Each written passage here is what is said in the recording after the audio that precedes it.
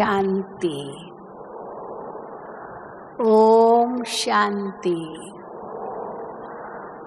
ओम शांति।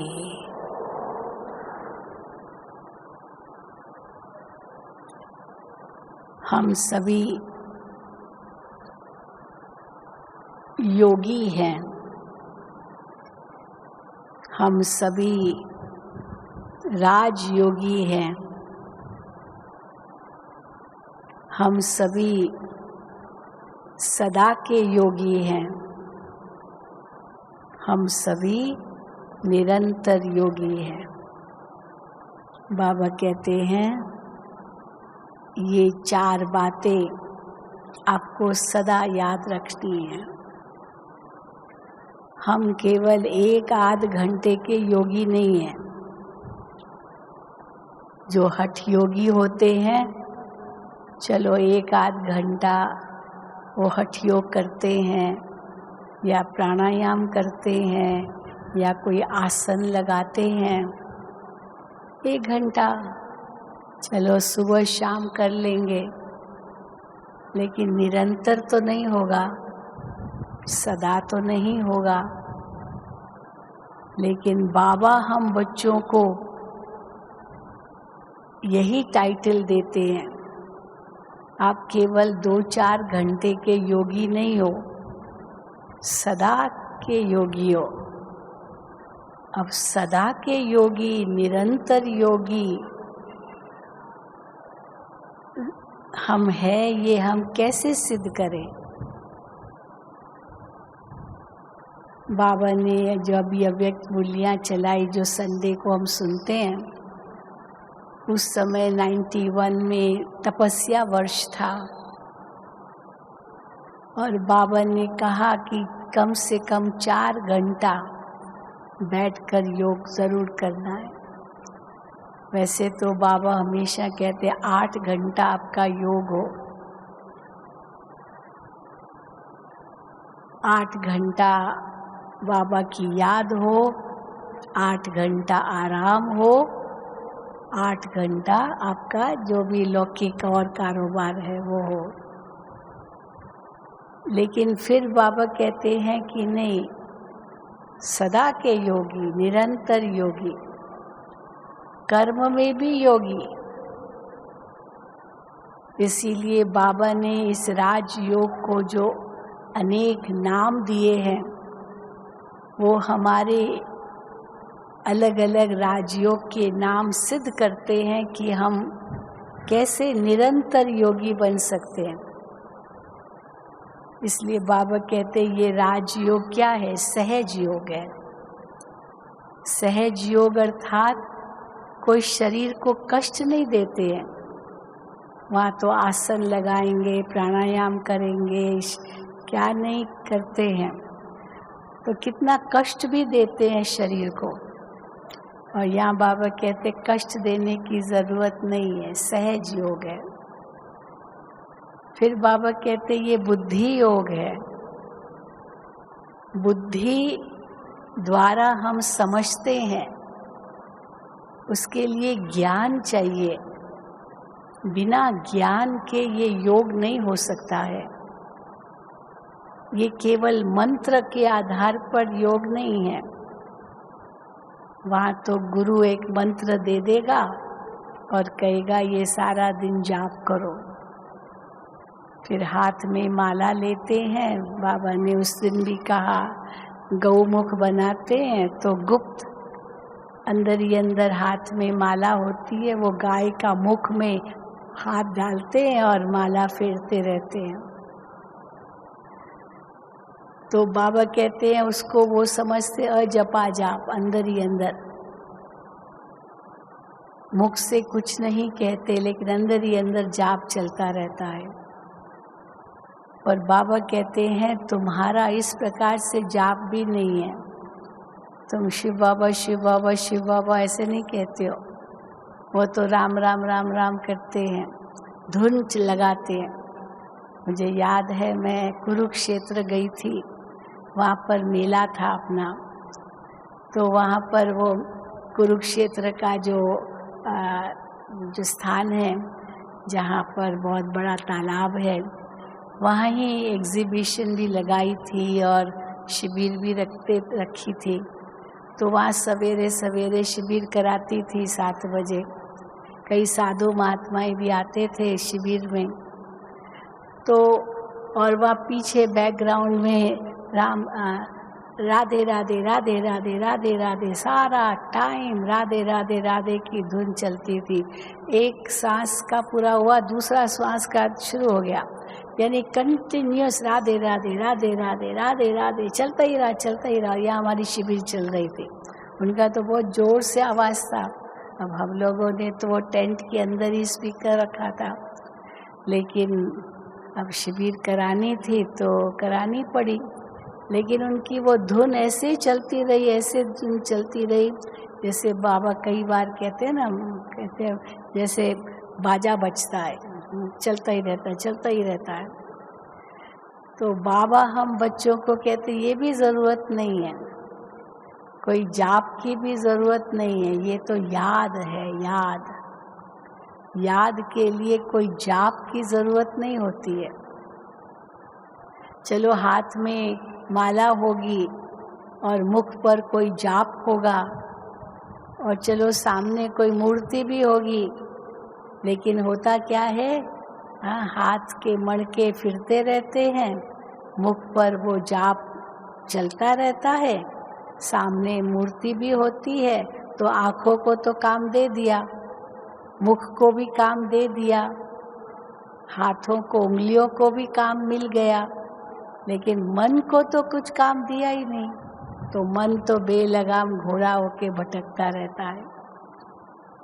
इसलिए बाबा कहते हैं इस मन को मेरे में लगाओ। भगवान तो यही कहते हैं ना, इस मन को मेरे में लगाओ। तन मना भव नहीं का, माला मना भव नहीं का, मूर्ति मना भव नहीं का, मन मना भव कहा। तो मन के ऊपर बुद्धि है, तो बुद्धि मन को दिशा दे शिव बाबा की तरफ।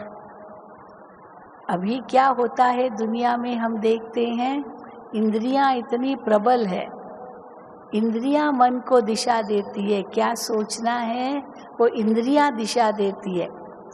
इसलिए जीभ रस, कन रस, स्पर्श रस, नेत्र रस, गंध रस, ये जो पंच इंद्रियों के पंच रस हैं, वो मन को अपने ओर प्रभावित करते हैं और मन उसी के बारे में सोचता है और बुद्धि को दबा देता है।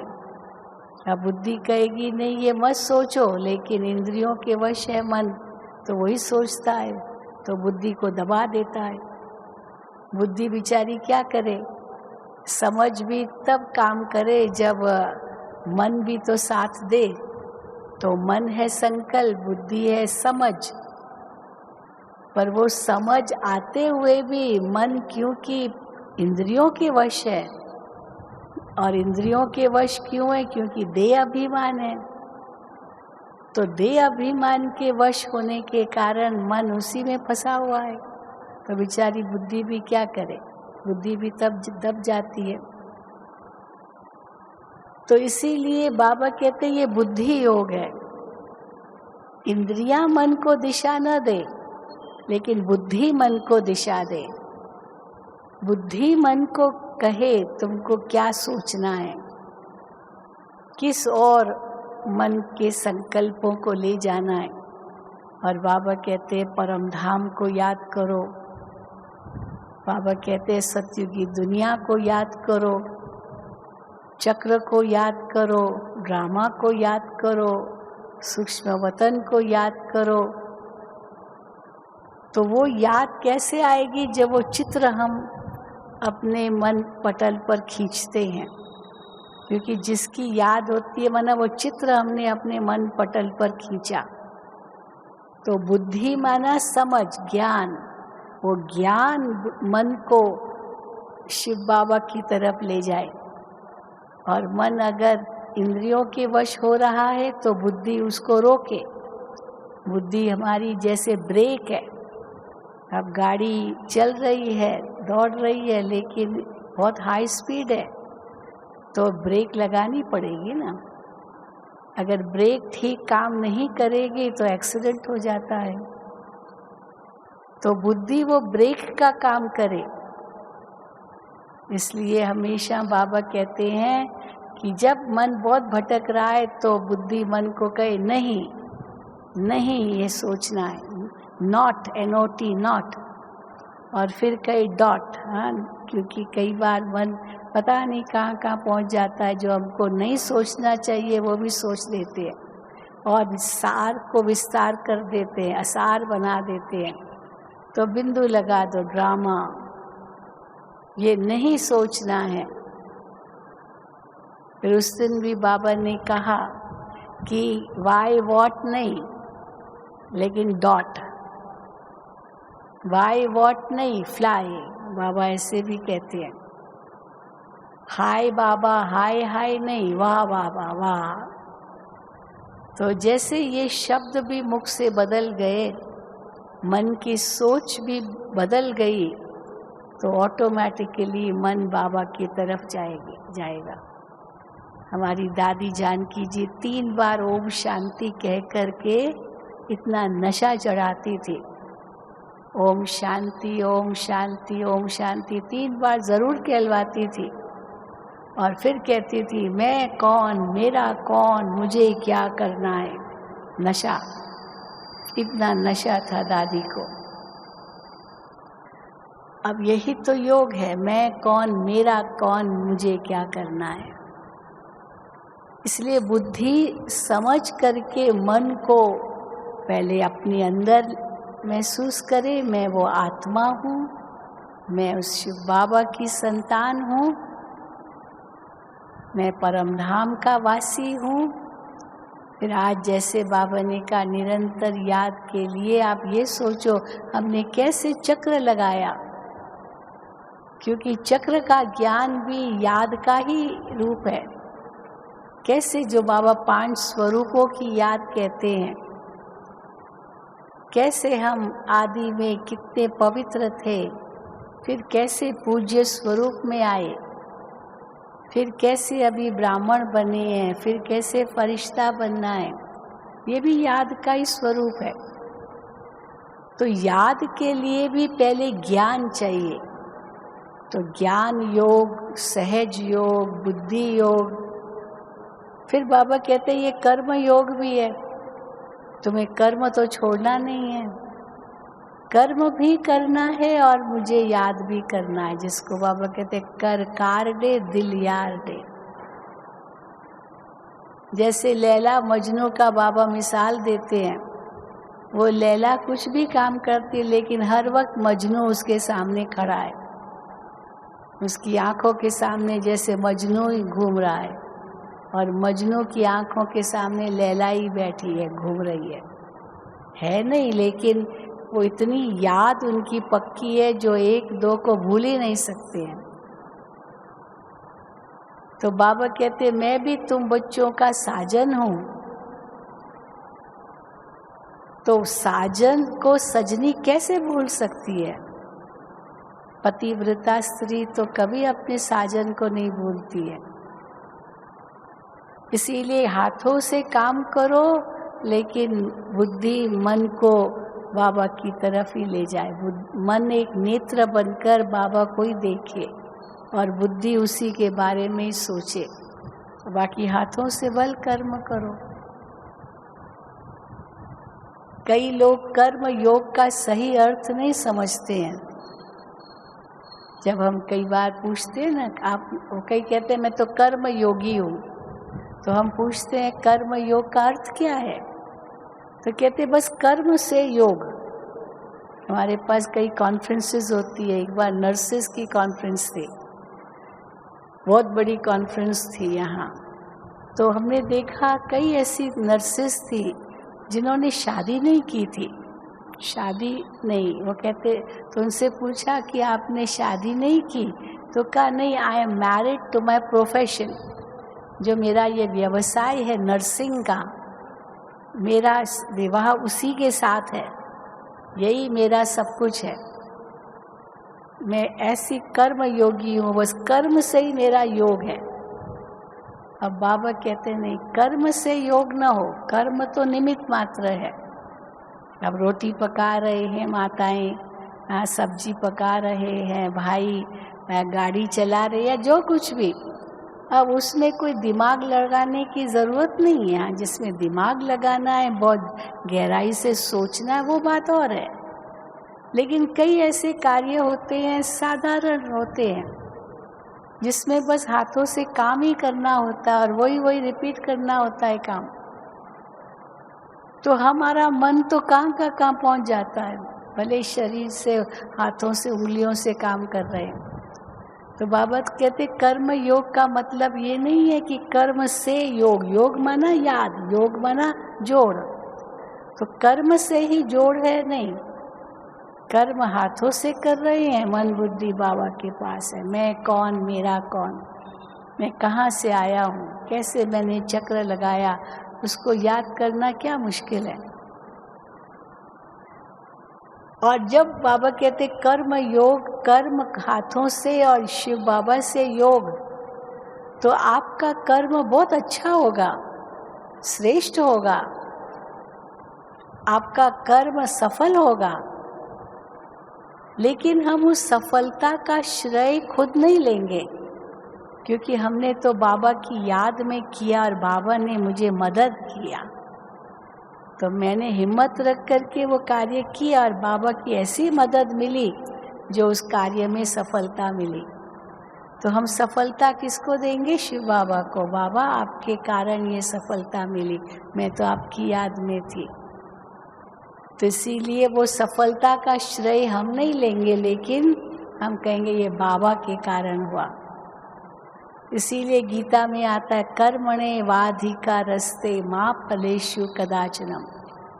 कर्म पर आपका पूरा अधिकार है, लेकिन फल की चिंता मत करो, फल ईश्वर पर छोड़ दो। और फल ईश्वर पर तब छोड़ सकेंगे जब कर्म वो परमात्मा की याद में किया हुआ हो। अगर अभिमानवश कर्म कर रहे हैं, मैं ही कर सकता हूँ, मेरे सिवाय कोई नहीं कर सकता है, मेरे बिना कोई हाथ तो लगा के देखे, मानो कई अभिमानवश क्या क्या सोचते हैं। तो ये अभिमान जहाँ आ गया तो वो कर्म योग तो हुआ ही नहीं, उसमें परमात्मा की याद तो है ही नहीं। लेकिन फिर बाबा कहते कर्म योगी माना निमित्त, ये निमित्त मैं कर रहा हूँ, बाबा करा रहा है, वो करन करावन हार है, मैं तो निमित्त हूँ। बाबा ने ही कराया, फिर बाबा कोई फल सुपुर्द करते। इसका ही फिर उल्टा अर्थ क्या ले लिया? हाँ, जैसे ग्रंथ में आता है, करन करावन आपे आप मानुष के नाही हाथ। अब ये कहावत वास्तव में है बहुत सुंदर। करन करावन हार आप ही हो, आप ही सब कुछ करते कराते हो, हमारे हाथ में कुछ नहीं है। ये वास्तव में क्यों कहा गया? ताकि मनुष्य को अभिमान ना आवे कि मैं करता हूँ, मैं करता हूँ, मैंने किया। वो अभिमान अगर आएगा तो दुखी हो जाएगा, क्योंकि अगर उस अभिमान के वश किया पर सफलता नहीं मिली तो कितना दुख होता है। मैंने इतनी मेहनत की, मैंने किया, मैं और सफलता नहीं मिली, निराश हो गया। लेकिन मैं तो निमित्त हूँ, कराने वाला बाबा है, शक्ति वो दे रहा है और हाथ मेरे है पर कराने वाला बाबा है, हमारे हाथ में नहीं है। बाबा की याद में कर रहा हूँ, अब फल भी बाबा देगा, हम क्यों चिंता करें। तो अगर सफलता मिली तो कोई अभिमान नहीं, हम कहेंगे बाबा ने कराया। और अगर असफलता मिली तो भी दुख नहीं। क्यों दुख नहीं? असफलता मिली तो भी दुख नहीं, क्योंकि हमने तो अपने तरफ से पुरुषार्थ किया। अब बाकी बाबा के हाथ में है, बाकी ड्रामा। हम दुखी थोड़ी होंगे, क्योंकि फल की चिंता तो थी नहीं, वो बाबा जाने, हमको कर्म ठीक करना है। तो ये है सच्चा कर्म योग। पर कर्म बाबा की याद में किया, ये हो नहीं सकता है कि वो कर्म में सफलता न मिले। अगर मैं बाबा की याद में हूँ, समझो रोटी भी पका रही हूँ, सब्जी भी बना रही हूँ, या गाड़ी भी चला रहा हूँ, या कोई कुछ भी, और अगर कुछ ऐसा कुछ होना है, तुरंत बाबा की टचिंग आएगी, बेटा बच्चे समझो बाबा मदद करता है। लेकिन अगर मेरा मन भटक रहा है तो बाबा मदद कैसे करेगा? अगर बाबा की याद में हूँ तो बाबा की ऐसी मदद मिलती है जो अचानक कुछ भी हो सकता है, पर वो टल जाता है, सूली से कांटा हो जाता है, क्योंकि बाबा की मदद बहुत मिली। इसको कहते हैं कर्म योग। फिर बाबा कहते हैं ये भक्ति योग भी है। कई लोग कहते हैं कि आप लोग भक्ति नहीं करते हो, और बाबा कहते हैं तुम्हारी तो सच्ची भक्ति है। भक्ति माना प्रेम, जिससे प्रेम होता है उसी को याद किया जाता है। तो हमारा प्रेम तो उस परमेश्वर से है, हम उसी को याद करते हैं। यही सच्ची भक्ति है हमारी, खाली ऊपर का आडंबर नहीं है। इतना जल चढ़ाना, इतने फूल चढ़ाने, ये फूल चढ़ाना, ये नहीं चढ़ाना है, ये सब दिखावा मात्र नहीं है। लेकिन बाबा कहते तुम ही सच्चे फूल बन करके मुझ पर स्वाहा हो जाते हो। सच्चे फूल तो तुम बच्चे हो। बाबा तो चेतन फूलों को देखते हैं। ये थोड़ी कि बहुत सुंदर फूल होगा, खुशबूदार फूल होगा तभी शिव बाबा प्रसन्न होगा, पर हम वो खुशबूदार फूल बन जाएं तब बाबा प्रसन्न होगा। तो इसीलिए भक्ति योग भी हमारा कितना गहरा है, सच्चा प्यार भगवान से है। जो बाबा कहते हैं वो जिनका प्यार शिव बाबा से, शिव से भक्ति में काशी करवट खाया इतना, हाँ बस शिव के ऊपर बलि चढ़ गए। और बाबा कहते ऐसे थोड़ी, बाबा आपका सिर थोड़ी मांग रहा है, लेकिन ये जो अभिमान का सिर है ना वो दान करो। तो सच्चा भक्ति योग भी हमारा है, क्योंकि शिव बाबा से हमारा इतना प्यार है, इतना प्रेम है कि हम और कुछ बात सोचते ही नहीं है। जिससे प्रेम होता है बस उसी के लगन में मग्न हो जाते हैं। और प्रेम भी क्यों, किस आधार पर होता है? किसी व्यक्ति से भी प्रेम किस आधार पर होता है? जब उसकी कोई विशेषता देखते हैं, ऐसे ही थोड़ी होता है। अब विशेषता में भी कई चीजें देखी जाती है, तो चाहे कितनी भी किसमें विशेषताएं हो, लेकिन कोई न कोई अवगुण जरूर होगा। इसीलिए गीत भी है ना कि कितना सुंदर वो चांद, कितना सुंदर लगता है, लेकिन उसमें भी दाग है, उसमें भी दाग है। तो चाहे कितना भी वो आकर्षण करने वाला होगा, बहुत गुण होंगे उनमें, लेकिन अवगुण भी जरूर होगा। सत्य परमात्मा वो सत्य है जो भी आपका क्लास चला, जिसमें जरा भी असत्यता नहीं है। जो बाबा सुनाते हैं, जो बाबा करते हैं, वो सब सत्यता के आधार पर है, और सत्य आकर्षित करता है। अगर कोई झूठा व्यक्ति होता है वो कभी आकर्षित नहीं करेगा, चाहे सुंदर कितना भी हो, पर वो हमेशा झूठ ही बोलता है। वो झूठा व्यक्ति कभी भी आकर्षित नहीं करेगा, लोग उस पर भरोसा ही नहीं करेंगे, तो बड़ा झूठा है, तो झूठ ही बोलेगा। तो सत्य चीज आकर्षित करती है। आपके सामने नकली वो गहने हो, आर्टिफिशियल, और दूसरी तरफ सच्चे सोने के गहने हो, और बताया जाता है ये आर्टिफिशियल है, ये सच्चा सोना है, तो आप कौन सा पसंद करेंगे? आर्टिफिशियल, चमक उसकी बहुत है, तो चमक देख करके पसंद करेंगे, या जो सच्चा है वो पसंद करेंगे? क्या पसंद करेंगी माताएं? हाँ, सच्चाई पसंद करेंगे। तो शिव बाबा को क्या कहते हैं? सच्चा पातशाह, सत्य सत्य की शक्ति। सत्य का अर्थ बहुत गहरा है।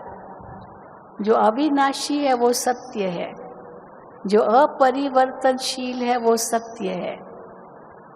जो अविनाशी और अपरिवर्तनशील वो भगवान के सिवा और कोई नहीं है। इसीलिए वो ही सत्य है और उनसे ही सच्ची प्रीत हो, तब हम कहेंगे ये सच्चा भक्ति योग है।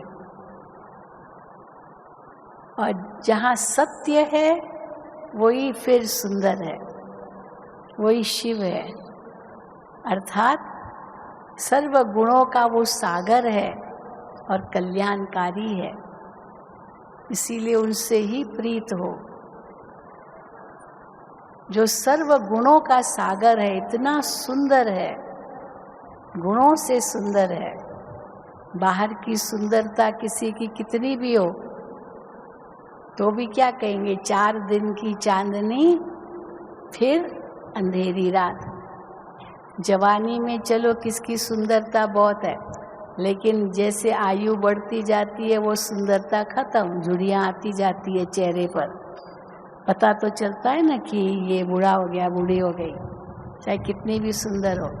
एक बार फोटोज आए थे, क्योंकि कितने सालों से ये ब्यूटी कंपटीशन चलती आई है, तो वो फोटोज दिखाए थे कि आज से 50 साल पहले जो ब्यूटी क्वीन थी भारत की, चाहे विश्व की, वर्ल्ड ब्यूटी क्वीन बनी, तो आज 50 साल के बाद उसका चेहरा कैसा हो गया है। तो इसीलिए ये चेहरा तो बदलता जाएगा आयु अनुसार, क्योंकि परिवर्तनशील है। और चलो चेहरा बहुत सुंदर हो परंतु गुण सुंदर न हो तो, एक कहानी सुनाते हैं ना, एक जोक है कि किसी लड़के का किसी लड़की से प्यार हो गया, मानो बहुत सुंदर थी लेकिन गुस्से वाली थी। अब गुस्से वाली तो थी पर सुंदर भी थी, तो जब भी वो गुस्सा करती थी तब वो क्या कहता था, आप तो चंद्रमुखी हो, आप तो चंद्रमुखी हो, चंद्रमा जैसा आपका मुख है। तो ठीक है, गुस्सा भी करती थी तो चंद्रमुखी थी। फिर शादी हुई तो गुस्सा तो और बढ़ गया, अधिकार आ गया ना, शादी हुई तो फिर तो वो कहने लगा अभी तो आप सूर्यमुखी हो, चंद्रमुखी से सूर्यमुखी बन गई। फिर बच्चे हुए तो कहा अभी तो आप ज्वालामुखी हो। तो कहाँ चंद्रमुखी और कहाँ सूर्यमुखी और कहाँ ज्वालामुखी। और ज्वालामुखी अगर कुछ कोई है तो बताओ क्या परिणाम होगा उसका, सब जला डालेगा। वो सुंदरता किस काम की। लेकिन जब शिव बाबा की सुंदरता हम कहते हैं तो उसका मतलब क्या है, सर्व गुणों में सुंदर, सर्व कलाओं में, सर्व शक्तियों में। और बाबा कहते ये जो मेरे पास है वो मैं सब तुम बच्चों को देता हूँ। मैं ज्ञान का सागर हूँ, लेकिन मैं सारा जो भी ज्ञान का खजाना है मैं कुछ भी अपने पास नहीं रखता हूँ, सब आप बच्चों को देता हूँ। तुमको मास्टर ज्ञान सागर बना देता हूँ। और जब ज्ञान आ गया, मैं कौन, मेरा कौन, वो कैसा है। आज भी बाबा ने कहा कि शिव बाबा की बायोग्राफी आप जानते हो। शिव बाबा की बायोग्राफी माना, बायोग्राफी में क्या आता है, कैसे आता है, क्या किया, कब किया, क्या क्या उसकी विशेषताएं, वो सब बायोग्राफी में आती है, जीवन कहानी। तो शिव बाबा की भी जीवन कहानी है। संगम पर आते हैं, क्या करते हैं, कैसे नई दुनिया बनाते हैं। सतयुग त्रेता में उनका पाठ नहीं है, लेकिन द्वापर कलयुग में तो बहुत पाठ है शिव बाबा का। जिस इष्ट की हम भक्ति करते हैं वो तो जड़ मूर्ति है, भले कहेंगे प्राण प्रतिष्ठा की, लेकिन है तो पत्थर की मूर्ति। और समझो उससे साक्षात्कार भी हो गया, तो मूर्ति ने थोड़ी कराया साक्षात्कार। ये तो बाबा शिव बाबा कहते हैं ये मैं कराता हूँ, हर एक को अपनी भावना का भाड़ा देता हूँ, वो भी शिव बाबा ही देते हैं। वो देवी देवताएं जो हमारे इष्ट थे वो तो सब जन्म मरण के चक्र में आ गए, तो वो थोड़ी साक्षात्कार कराते हैं, वो थोड़ी मनोकामना पूर्ण करते हैं, वो तो मैं करता हूँ, शिव बाबा कहते। तो ये उनकी जीवन कहानी है। गीता में भी आता है, जो जो जिस जिस भावना से भजता है उसकी भावना का भाड़ा मैं देता हूँ। देवों के उपासक देवों को प्राप्त होते हैं, भूतों के उपासक भूतों को प्राप्त होते हैं, भूतों को देवों के, ये जिस जिस के उपासक है उसको प्राप्त होते हैं, उनका चलो दर्शन हो गया। अब कोई देवी का भक्त हो, अम्बा माँ दुर्गा काली, और उस समय उसको गणेश का साक्षात्कार हो जाए तो खुश थोड़ी होगा, उसको तो देवी का ही साक्षात्कार चाहिए। तो जो जो जिस भावना के उस अनुसार मैं उनकी भावना का भाड़ा देता हूँ, अर्थात उसकी भावना पूरी करता हूँ। लेकिन उसमें फिर और आगे वाक्य क्या है कि भक्तों के उपासक देवों के उपासक देवों को प्राप्त होते हैं, पर जो मेरे उपासक है वो मुझे प्राप्त होते हैं। जो देवों के उपासक है वो मुझे प्राप्त नहीं होते हैं, वो जो मेरे उपासक है वो ही मुझे प्राप्त होते हैं। अर्थात परमात्मा तो देवों का भी देव है, सबसे ऊंचा है, सबसे न्यारा है। और बाबा कहते उससे ही बुद्धि योग लगाना है, देहधारियों से तो लगाना ही नहीं है, लेकिन देव देवियों से भी नहीं लगाना है, क्योंकि उनकी याद से भी कोई हमारा उद्धार नहीं होगा। उनको भी शक्ति देने वाला शिव बाबा है, उनकी शक्ति से ही वो देव बने, ऐसे नहीं बने। तो हम क्यों ना उनको याद करें जिनसे ये सब प्राप्ति होती है। हाँ, एक मिसाल देते हैं ना कि एक बार एक राजा था, उसके पास बहुत सौगातें थी, तो उसने क्या किया, एक बार प्रदर्शनी लगा दी सब चीज़ों की जो उसको मिली हुई थी, उसकी थी, और प्रजा को बुला लिया कि आओ आपको जो चीज़ चाहिए उस पर हाथ रखो, वो चीज़ आपकी। तो सारा राज्य आ गया, झुंड आ गया। हाँ, हर एक को अपनी अपनी जो चीज़ पसंद आई उस पर हाथ रखा और राजा ने उसको दिया। पर एक लड़की आई, छोटी सी लड़की आई अंदर, वो कई चीज़ें थी, देख रही है, लेकिन कुछ भी किसी पर भी हाथ नहीं रख रही है। तो राजा को पता चला कि ये इतनी देर से देख ही रही है पर हाथ नहीं रख रही है, इसको क्या चाहिए। तो राजा उसके पास गया, कहा बेटी बताओ तुमको क्या चाहिए, इतनी अच्छी अच्छी चीज़ें, चुन लो, कुछ भी आपको चाहिए आपको मिल जाएगी। लेकिन उसने कुछ भी नहीं बोला, देख रही है। आखिर कहीं हाथ नहीं लगाया। आखिर क्या किया उसने, राजा को ही हाथ लगा लिया। राजा को ही पकड़ लिया, मतलब राजा को ही चाहिए, राजा ही चाहिए मुझे। अब राजा उसका हो गया तो बाकी सब चीज़ें किसकी हुई? राजा ही उसका हो गया तो बाकी सब चीज़ें किसकी? वो भी तो उसकी हो गई। इसको इसलिए और कुछ नहीं चाहिए था, बस राजा चाहिए था। राजा उसके नज़दीक आए और राजा जैसे आया नज़दीक उसको ही पकड़ लिया। ये तो नहीं कहा था कि ये चीज़ों में मैं नहीं हूँ, ये तो नहीं कहा था, जो चाहिए लो। अब राजा खड़ा है उसको ही पकड़ लिया, माना यही चाहिए। तो बाबा भी कहते हैं कि बच्चे ये सब जो कुछ भी है ये सब क्षणभंगुर है, इसीलिए मेरे से सर्व संबंध जोड़ो, मैं ही तुम्हें सर्व प्राप्ति कराऊंगा। अब निरंतर याद का यही स्वरूप है। तो निरंतर याद का मतलब ये नहीं है कि बस हमको 2-4 घंटे जबरदस्ती बैठना है और मन भटकता रहे। बाबा कई बार मुरलियों में कहते हैं कि पहले ना निष्ठा कराते थे, निष्ठा शब्द यूज करते थे।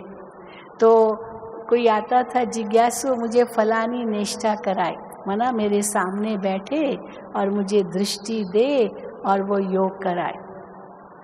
लेकिन उससे बहुत नुकसान भी हो गया, क्योंकि चलो वो सामने बैठी और वो सामने बैठा है, दृष्टि वो दे रही है और वो ले रहा है, और धीरे धीरे धीरे देह अभिमान में आ गई। फिर दिल लग गई। हाँ, दिल लगी गद्दी से तो परी क्या चीज़ है पता ही नहीं चलता है।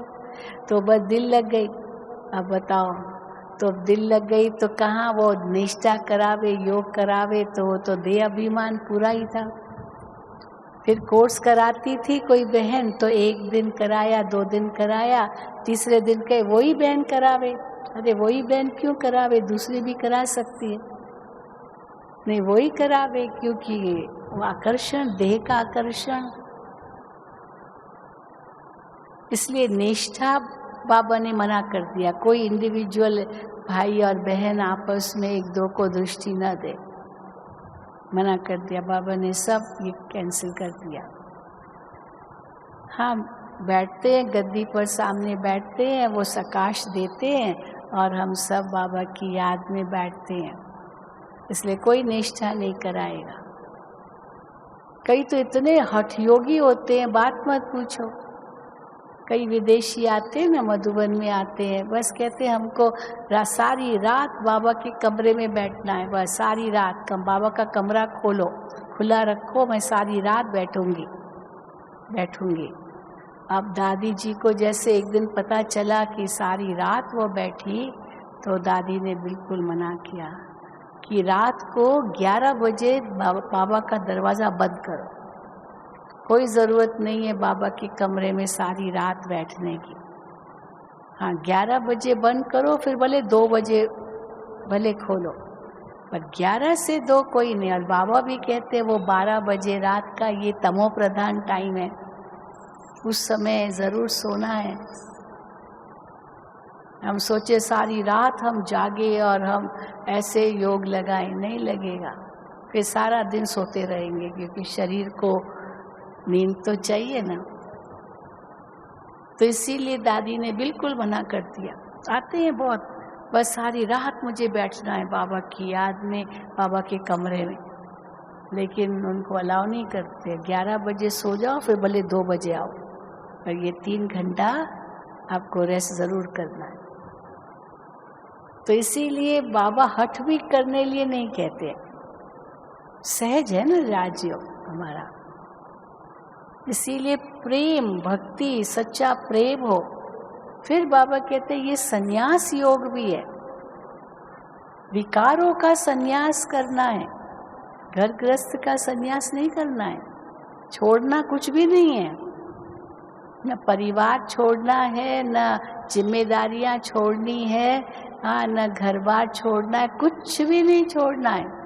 बाबा खुद अपना अनुभव सुनाते थे, ब्रह्मा बाबा, मैंने भी कुछ छोड़ा थोड़ी, मैंने भी कुछ छोड़ा नहीं, और ही ऐड किया। जो और भाई बहनें थे वो भी बाबा ने अपने घर में बसाए, और ही परिवार बेहद का हो गया, बड़ा हो गया, लौकिक तो था ही साथ में। इसलिए मैंने भी कुछ नहीं छोड़ा। तो बाबा कैसे बच्चों को कहेंगे कि छोड़ो। इसीलिए ये संन्यास योग माना हद का संन्यास नहीं है, ये विकारों का संन्यास है। तो विकारों का संन्यास करना माना ये अभिमान का त्याग करना है, मैं मेरा का त्याग करना है। मैं के बजाय, हाँ, बाबा कहते आत्मा हूँ, आत्मा हूँ, मैं आत्मा हूँ।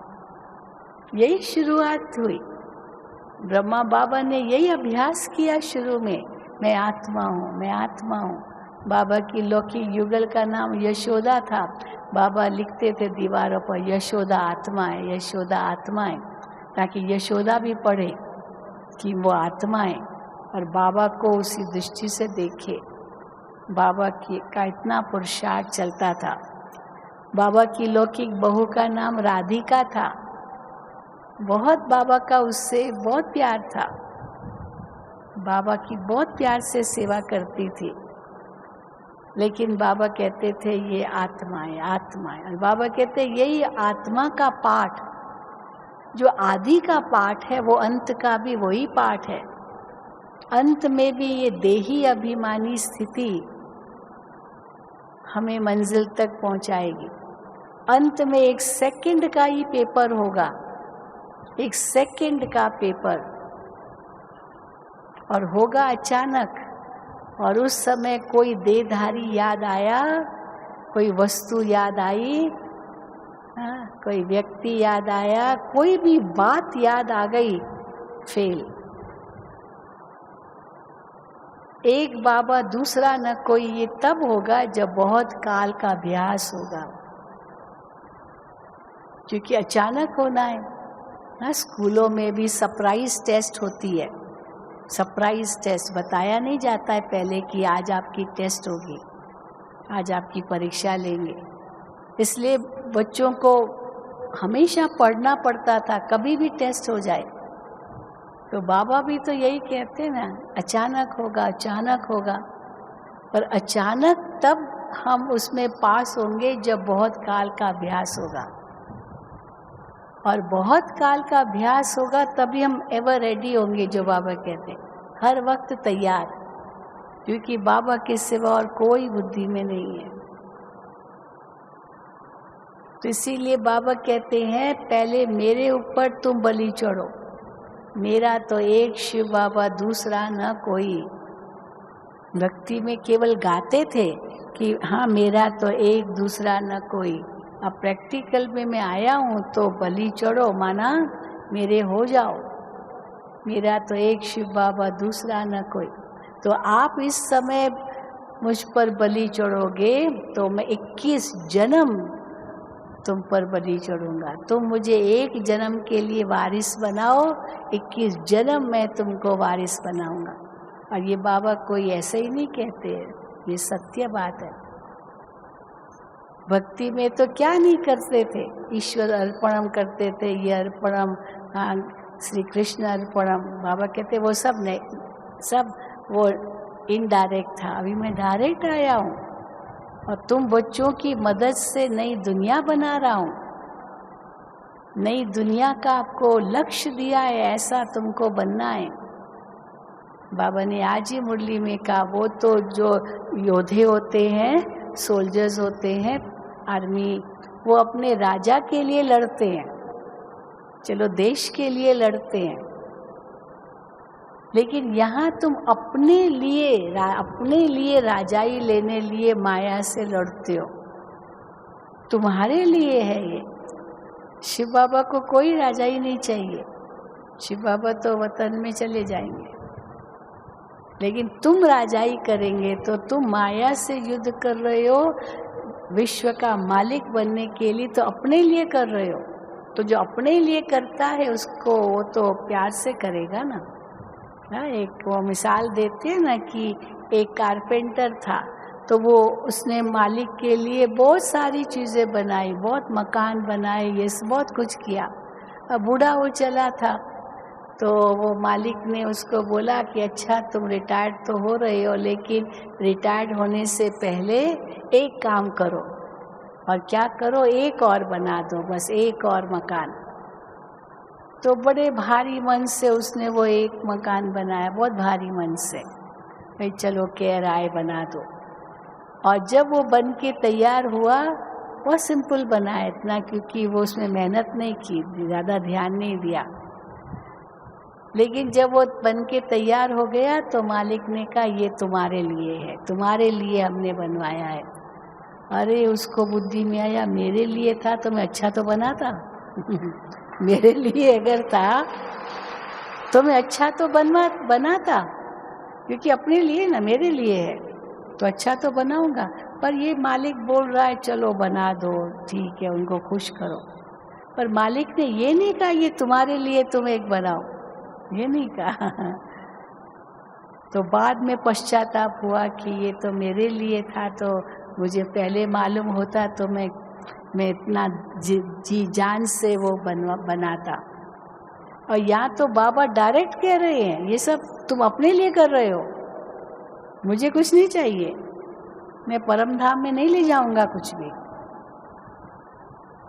तो जब बाबा हम बच्चों को इतनी गारंटी करते हैं, आप सोचो, फिर भी अगर किसी को संशय आ जाए कैसे कैसे कैसे कैसे करता रहे, नखरे करता रहे, बहानेबाजी करता रहे, तो उसको क्या कहेंगे। इसलिए बताते ना कि जब भगवान ने भाग्य बांटा, भगवान ने भाग्य बांटा और सबको कहा कि कोई न एक एक बर्तन लेकर आओ भाग्य को लेने के लिए, तो कोई तो बहुत बड़े बड़े बर्तन लेके गए, कोई छोटे लेके गए, कोई क्या लेके गए, कोई क्या लेके गए, लेकिन कुछ तो क्या लेके गए, एक छलनी लेके गए। चलो कुछ तो है छलनी, अब कुछ तो है, पता नहीं क्या देगा भगवान, तो कुछ मिलेगा तो सोचा छलनी में ही ले लूं। अब छलनी लेके गए तो छलनी में क्या हुआ, वो भाग्य सारा बह गया। अब बह गया तो हाथ में तो कुछ भी नहीं आया, और कुछ भी नहीं आया तो देखता ही रह गया सबको, सब तो अपना भाग्य लेकर चले गए और मैं ऐसे ही रह गया। तो ये क्या, क्यों, कौन, कहाँ, कैसे, बाबा हमेशा कहते, दादी गुलजार भी कहती थी, ये क क क क की भाषा बोलते हैं, तो वो क क क क तो पसंद थोड़ी आता है। कौआ का करता रहता है तो सब उसको धिक्कारते हैं, हट जाओ, हाँ वो खिड़की पर बैठा होता है ना कौआ, तो सब उसको निकाल देते, चलो हटो, ये तो पता नहीं क्या ग्रहचारी लाएगा, क क क क कौआ करता रहता है।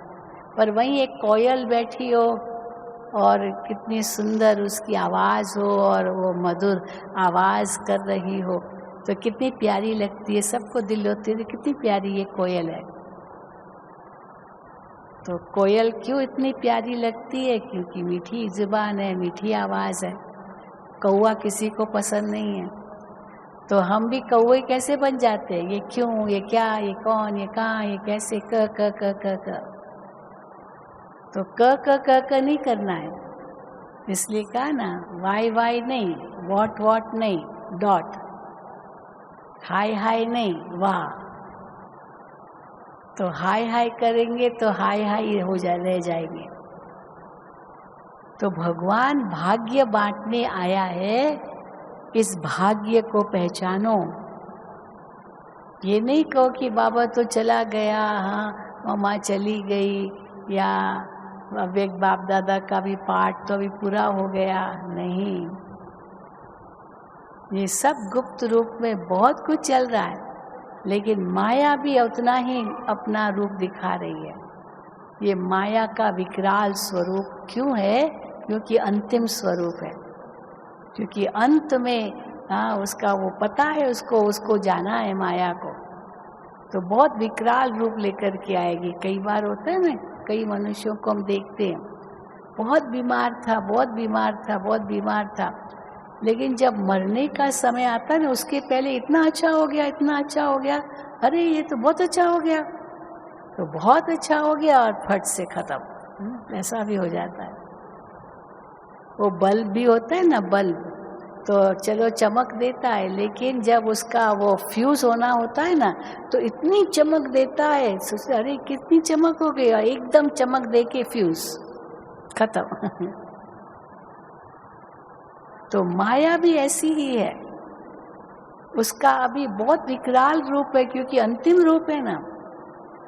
और ये सबसे अंतिम रूप विकराल रूप कौन सा है, माया प्रभु का रूप लेकर के आती है। प्रभु का रूप लगेगा, ये प्रभु का रूप है, लेकिन प्रभु का रूप क्या होगा, कईयों में प्रवेशता हो जाती है, और प्रवेशता क्या होती है, फिर कहेंगे 108 प्रकार का भोग बनाओ,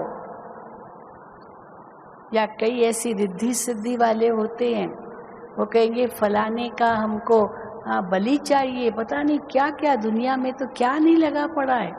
तो भगवान ये सब थोड़ी मांगेगा, कभी नहीं मांगेगा बाबा भगवान, वो तो दाता है, वो तो देता है, मांगेगा क्यों। बाकी हाँ ये जरूर बाबा कहते अपना विकारों की बलि दो बस। इसलिए हमारे पास जो आते हैं ना, शिविर में भी आते हैं, तो पूछते हैं ना आपकी फीस क्या है, हम कहते यहाँ की फीस है 5 खोटा पैसा, 5 खोटा पैसा और 1 आना,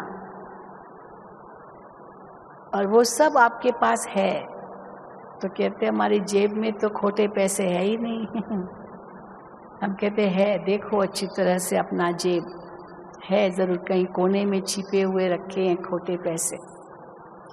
फिर जब उनको बताते हैं कि ये 5 विकारों की बात है, वो तो सबके अंदर है, कोई ऐसा नहीं होगा जिसमें ये विकार नहीं होंगे। फिर 5 खोटे पैसे दो और 1 आना, प्रतिज्ञा करके जाओ, संकल्प करके जाओ, एक बार मैं रोज 1 घंटा सेवा केंद्र पर जाऊंगा। ये आप संकल्प करके जाओ, यहाँ ये फीस है हमारी।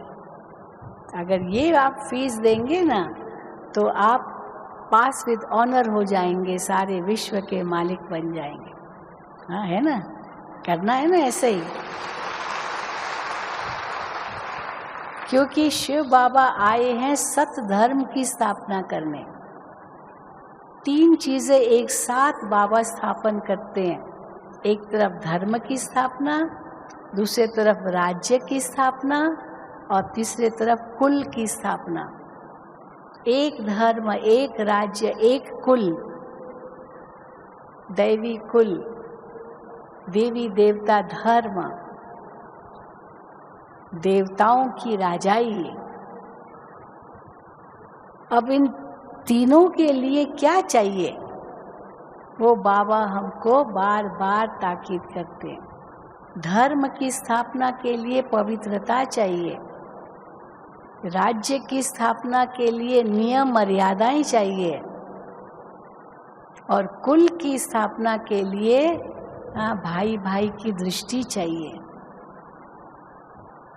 इसलिए बाबा बार बार यही याद कराते हैं, तुम ब्रह्मा के बच्चे, ब्रह्मा कुमार कुमारी हो और शिव बाबा के पोतरे हो। शिव बाबा को पोतरियां नहीं है, सिर्फ पोतरे हैं, आत्मा रूप में बेटे हैं। आत्मा बेटा है क्योंकि वर्षे का हकदार है हर आत्मा, और ब्रह्मा के बच्चे बेटे बेटियां हैं क्योंकि मुख संतान है। तो हर मुरली में बाबा ये क्यों याद दिलाते हैं, ताकि ये भूल मत जाओ हम कौन हैं। और ब्रह्मा को रचयिता माना जाता है, उस रचयिता की हम पहली रचना है।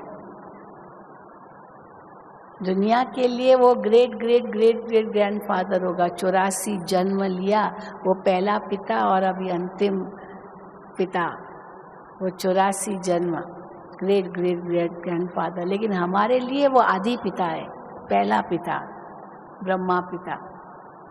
हम ब्रह्मा बाबा का फोटो रखते हैं ना सेंटरों पर, घरों में भी रखते हैं, तो लोग पूछते आप लोग तो परमात्मा को शिव मानते हो, ज्योति रूप, फिर इनका फोटो क्यों रखा है? हम कहते क्यों न रखे, ये तो हमारा पिता है ना, अलौकिक पिता है। आपके पिता का फोटो आपके घर में नहीं है क्या? कहेंगे है। अगर है तो ये भी हमारा पिता है ना। शिव बाबा तो है परम पिता और ये अलौकिक पिता है, हम इनको कैसे भूल सकते हैं? इनके द्वारा ही तो शिव बाबा की पहचान मिली हमें, इनके ही तो मुख संतान हम बने हैं, इनके थ्रू ही तो शिव बाबा मिलते हैं। नंदीगण है ना, नंदी, तो नंदी की भी बहुत महिमा है, नंदीगण की बहुत महिमा है। जहाँ भी जाओ वहाँ पर ये ज़रूर कहते हैं अगर शिव से मिलना है ना, शिव से कुछ बात करनी है तो नंदी के कान में बोलो। कान में, कान इतने बड़े बड़े दिखाते हैं नंदी के, उसके कान में आप जो कहेंगी ना वो शिव तक पहुँच जाएगा। पोस्ट ऑफिस है ना, थ्रू होता है, वाया। तो बाबा, ब्रह्मा बाबा माध्यम है, पर हम मिलते किससे हैं? शिव बाबा से। और ये बाबा कहते हैं तुम्हारी लगन इतनी पक्की होनी चाहिए, बस मेरा तो एक शिव बाबा, दूसरा न कोई। पर ब्रह्मा भी कम नहीं है, तो ब्रह्मा हमारे लिए आदर्श जरूर है। ब्रह्मा बाबा ने क्या किया, मुझे वो करना है। ब्रह्मा बाबा कैसे तपस्या करते थे, ये तो हम सोच ही नहीं सकते थे कि ब्रह्मा बाबा कभी शिव बाबा को भूलते होंगे। निरंतर योगी थे, हर वक्त शिव बाबा का नाम मुख पर था ही, हर वक्त। कभी लौकिक बातें करते हुए देखा ही नहीं बाबा को। मम्मा भी ऐसे ही थी, जोर से बोलते हुए भी कभी नहीं देखा मम्मा को, आवाज करते हुए भी नहीं देखा मम्मा को। मम्मा देखती थी कोई माताएं ऐसे चप्पल पहनती है या कोई भाई जूता पहनते हैं, इतनी आवाज टक टक टक टक टक टक आवाज होती है, तो मम्मा कहती थी ये धरती को भी दुख मिलता है, धरती को भी दुख मिलता है, टक टक टक टक टक नहीं चलते चप्पल की आवाज, जूते की आवाज। तो धरती को भी दुख मत दो, और तो मनुष्यों को तो मत दो। परंतु ये सब तब संभव होगा जब हमको फिर वही बात जो दादी जानकी कहती थी, हम कौन और हमारा कौन, बस उसको कभी मत भूलो। वो अगर सदा याद है तो हम निरंतर योगी हैं। लेकिन हाँ, बीच बीच में बाबा कहते बैठना भी जरूरी है, ताकि सब तरफ से बुद्धि हट जाए और केवल एक बाबा, दूसरा न कोई, और कहीं भी मन बुद्धि न जाए। और उसके लिए बाबा अमृत वेला और शाम का समय निर्धारित करते हैं। दिन में बाबा कहते हैं बहुत गोरख धंधे हैं, बहुत कारोबार होता है, तो वो भी करना है। इसलिए छोड़ना कुछ भी नहीं है, फंसना कहीं भी नहीं है, और नया भी कुछ नहीं जोड़ना है, क्योंकि अभी जाना है। हाँ, जैसे किसी को जाना होता है, ट्रांसफ़र होता है, और उसके आगे कोई एक कबर्ड रख दे, भाई ये कबर्ड आप यूज़ करो ना, बाबा मेरी ट्रांसफ़र हो रही, मैं तो जा रहा हूँ। तो कबर्ड लेके क्या करेगा? हाँ, कबर्ड थोड़ी लेके जाएगा, मैं तो जा रहा हूँ। तो उसकी बुद्धि तो जाने में ही होगी, वो किसी की चीज़ लेगा नहीं। तो बाबा कहते नया भी नहीं जोड़ना है, नहीं तो फिर कब चुकतू करेंगे? अभी तो हिसाब किताब चुकतू करके जाना है। तो न कुछ छोड़ना भी नहीं है उसको, हाँ उसको निभाना है ज़रूर, क्योंकि हिसाब किताब तो है ना कर्मों का, तो छोड़ कैसे सकते हैं? निभाना भी है, पर नया हिसाब किताब नहीं बनाना है। तो नया नहीं बनाना है, छोड़ना भी नहीं है, नया जोड़ना भी नहीं है, फंसना तो बिल्कुल है ही नहीं। तो ये हमेशा अपने ऊपर ध्यान रखना है, सावधान रहना है कि मेरा बुद्धि योग और कहीं तो नहीं जा रहा है, कहीं मैं अपना कोई नया कर्मों का खाता तो नहीं बना रहा हूँ। नहीं तो धर्मराज पुरी में वो चुकतू करना पड़ेगा।